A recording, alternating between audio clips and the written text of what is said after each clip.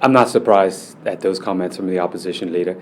Many in the opposition didn't support the Commission of Inquiry. The one person who did was a former opposition leader, Mark Bean, and I applaud him for standing up on it. I made it very clear that as soon as I had the PDF report, I would post it online for everyone to see.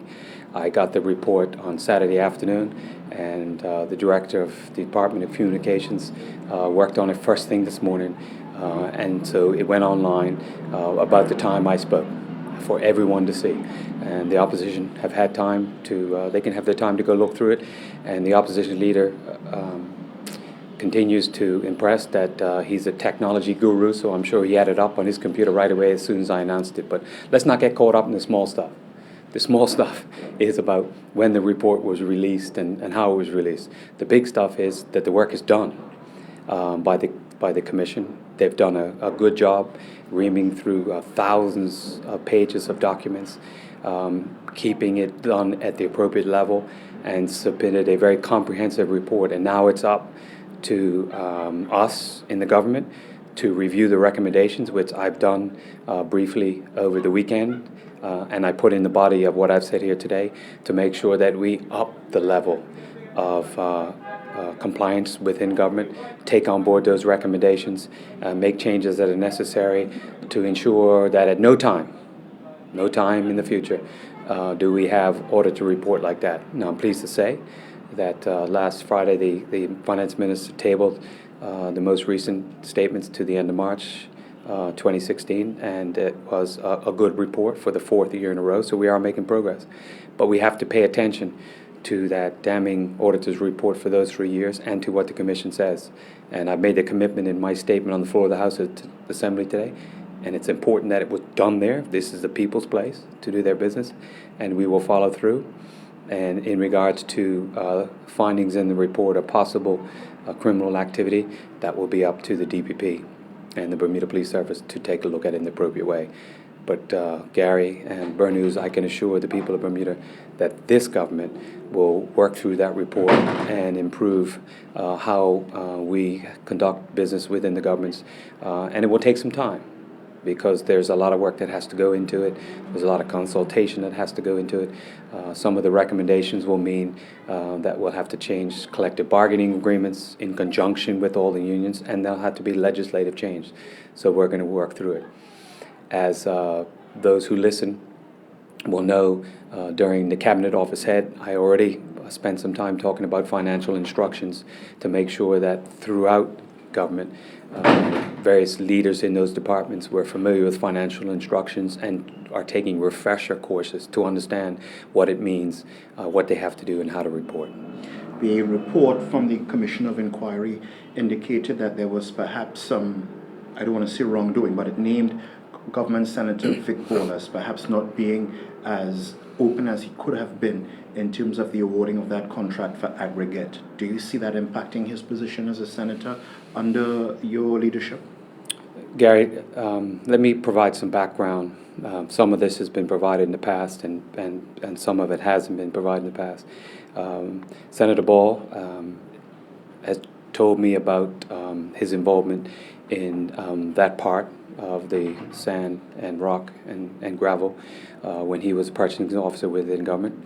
When he testified in front of the Commission late last year, and I heard the testimony, the very next day I called him into my office for a meeting on that.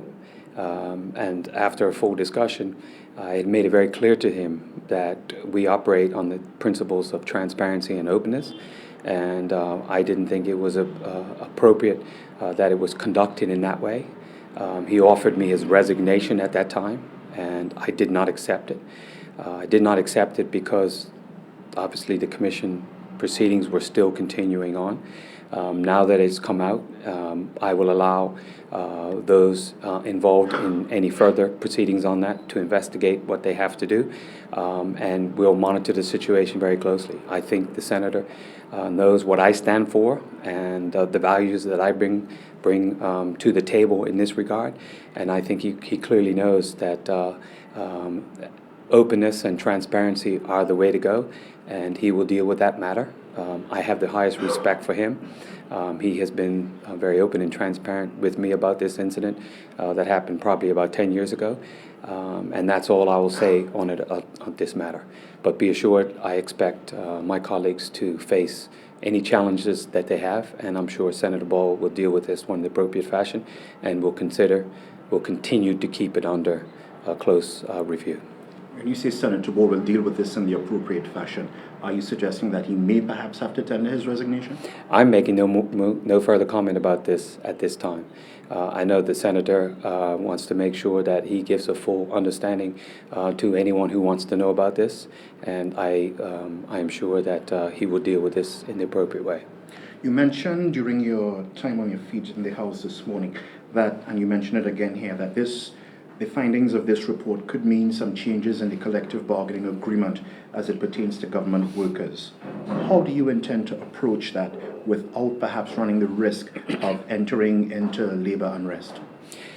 We're going to communicate openly and consult on this matter. So there are dozens of recommendations in there that, as I said, my comments on the floor have been split up into about 10 areas.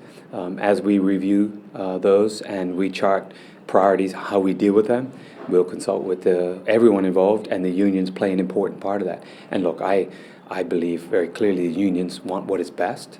So we'll start the process, and we'll communicate with them. We'll tell them what we believe is the right approach.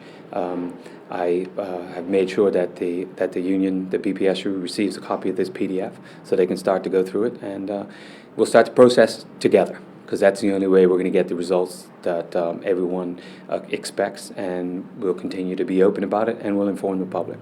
You're making this announcement at a time when the BPSU and its members, the senior civil servants, are concerned that they have not yet received or they have not seen the withdrawal of the public service recommendations which were published in December of last year. How long, again, I know last time I asked you about this, you said it was with Government House, but surely there has been communications between the government and the governor with regard to this issue, and how long before it's resolved? We're working on it. Not a day goes by where we don't try to move it forward, but I'm not going to put a time frame on it. I want it resolved as soon as possible, and we'll continue to work on the matter. What is the delay in having this matter resolved? Consultation, communication, and interpretation by various parties involved that differs from what other parties believe in. You gave your word that those recommendations will be withdrawn. Not perhaps concerned that in hindsight, that perhaps may not have been the best approach to take? I also gave my commitment that I would focus in on getting things done right. I cannot revoke those regulations. Only the governor can do that. And so I continue to discuss with Government House on the way forward. I continue to discuss with the head of the civil service on the way forward. And I hope to arrange a meeting with the BPSU over the next couple of days, budget time allowing it, to make it happen so we can continue to move it forward. You know, what I think is unfortunate that in the media we continue to have some information put out which I think doesn't help the process, and some of it is somewhat inaccurate and alarming. And at the end of the day, no one disagrees with accountability to the highest levels. So let's stick to what the push is for, and be assured that we're going to make it happen in the appropriate way. You've had the actual report was put out a while ago, and you said it was being prepared for release to the public. Has anything changed in the report in the PDF that's been released today? No, the actual report was provided to me a number of days ago, but it was a binder with all the pages put into it. That couldn't be posted online. I still don't have a bound copy of it.